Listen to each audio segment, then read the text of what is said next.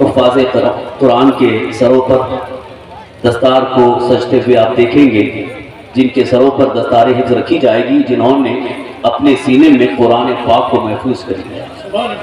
یہ بھی بڑے مبارکباد کے لائق ہیں، کیونکہ مکمل قرآن کریم کو اپنے سینے میں محفوظ کرنا یہ بھی ایک بہت بڑا کمال ہے۔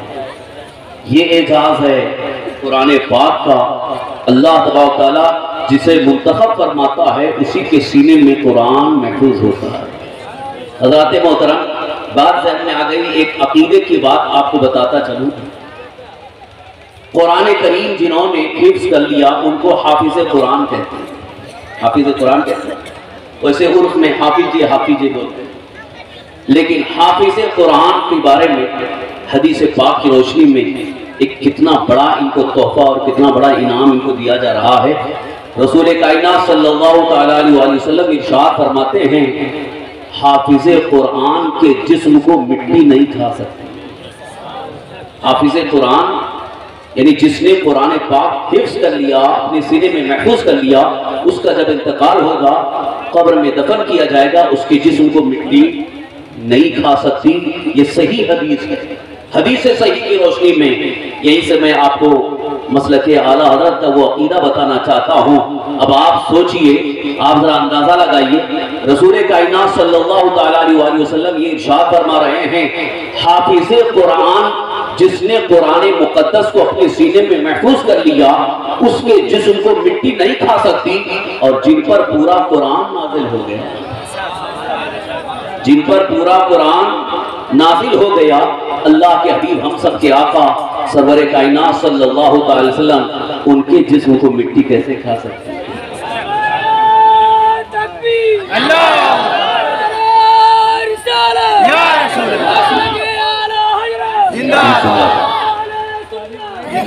اسی لیے ہم اعلیٰ حضرت کی زبان میں اہل سنت و جماعت کا یہی عقیدہ پیش کرتے ہیں، تو زندہ ہے واللہ، تو زندہ ہے واللہ، میری چشم عالم سے چھپ جانے والے۔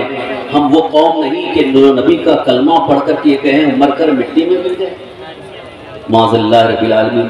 کیسے ہیں وہ لوگ جو نماز بھی پڑھتے ہیں، نبی کا کلمہ بھی پڑھتے ہیں، اور اللہ کے حبیب سرور کونین صلی اللہ علیہ وسلم کی بارگاہ سے لایا ہوا دین قبول کر کے بھی کہتے ہیں کہ نبی مر کر مٹی میں مل گئے، معاذ اللہ رب العالمین۔ اسی لیے میں نے کہا جب حدیث صحیح بھی یہ ہے کہ حافظ قرآن کے جسم کو مٹی نہیں کھا سکتی، تو اللہ کے حبیب سرور کائنات صلی اللہ علیہ وسلم جن پر پورا قرآن اترا، ان کے جسم کو مٹی کیسے کھا سکتی ہے؟ نبی زندہ ہیں۔ یہی عقیدہ اہل سنت و جماعت پر قائم رہنے کی کوشش کریں۔ پھر ایک مرتبہ جھوم کر بارگاہ مصطفیٰ علیہ تحیت و ثنا میں توجہ کے ساتھ درود شریف پڑھیں، بلند آواز سے پڑھیں، صلی اللہ علیہ نبی الامی وآلہ صلی اللہ علیہ وسلم، صلاۃ و سلام علیک یا رسول اللہ، صلاۃ و سلام علیک یا حبیب اللہ۔ رات محترم، جوش خطابت کے لیے یا اپنے فن کو دکھانے کے لیے میں حاضر نہیں ہوں، بس ایک اللہ عز و جل اور اس کے حبیب صلی اللہ علیہ وسلم کا ایک عظیم الشان پیغام قرآن مقدس اور احادیث کریمہ کی روشنی میں آپ تک پہنچانے کی کوشش کر رہا ہوں۔ اسی مقصد سے حاضر آیا، اور اگر آپ سنجیدگی سے گفتگو سنتے ہیں تو انشاءاللہ آپ کے دلوں میں کچھ اثر پیدا ہو سکتا ہے۔ اور میں یہی چاہوں گا تقریر سننے کا خاص مقصد یہ ہو کہ عمل پیرا ہو۔ خالی اگر تماشا دیکھنے کے لیے آئے ہیں، حلوہ پراٹھا کھانے کے لیے آئے ہیں تو کچھ بھی ثواب نہیں ملے گا، اور زندگی جیسی پہلے تھی ویسے ہی رہے گی۔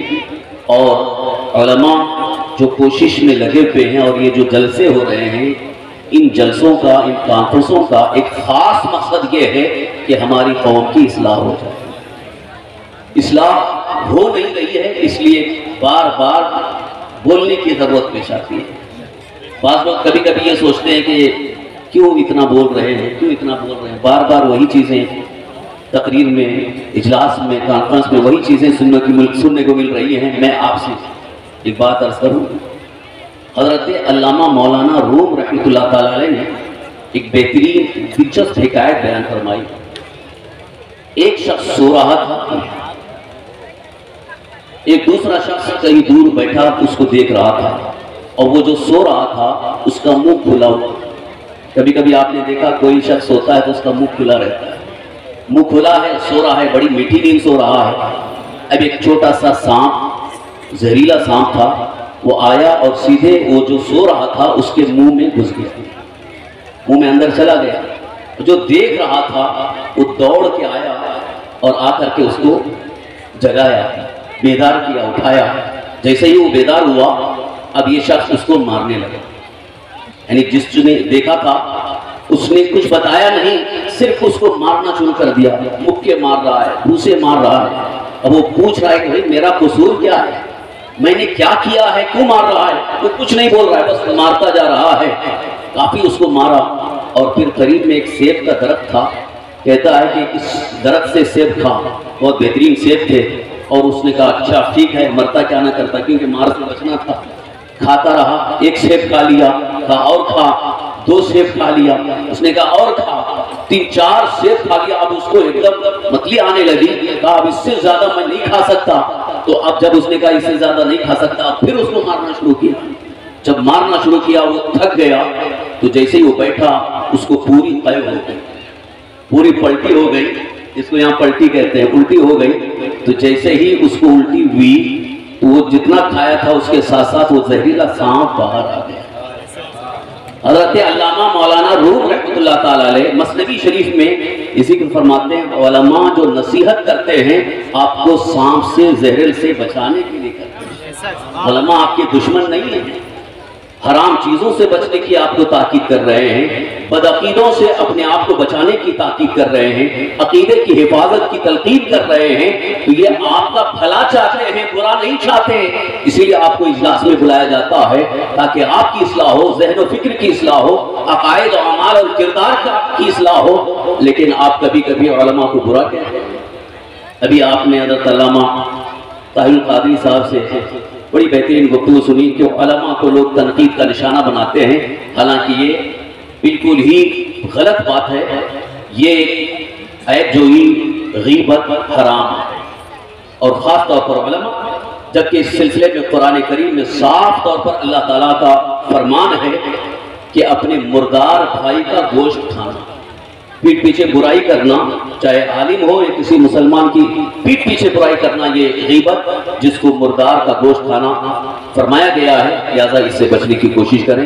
اب آئیے اپنی اصل گفتگو کی طرف، بس مختصر انداز میں خاص پیغام اسلام کو، پیغام قرآن کو آپ کے ذہن میں بٹھا کر کے، آپ کی گوش گزار کر کے میں رخصت ہونا چاہوں گا۔ ایک مرتبہ پھر سے درود شریف پڑھ لیں۔ اللهم صل وسلم على سيدنا مولانا محمد مع الجود والكرم وعلى آله وأصحابه بارك وسلم صلاة وسلاما عليك يا رسول الله صلى الله تعالى عليه وسلم۔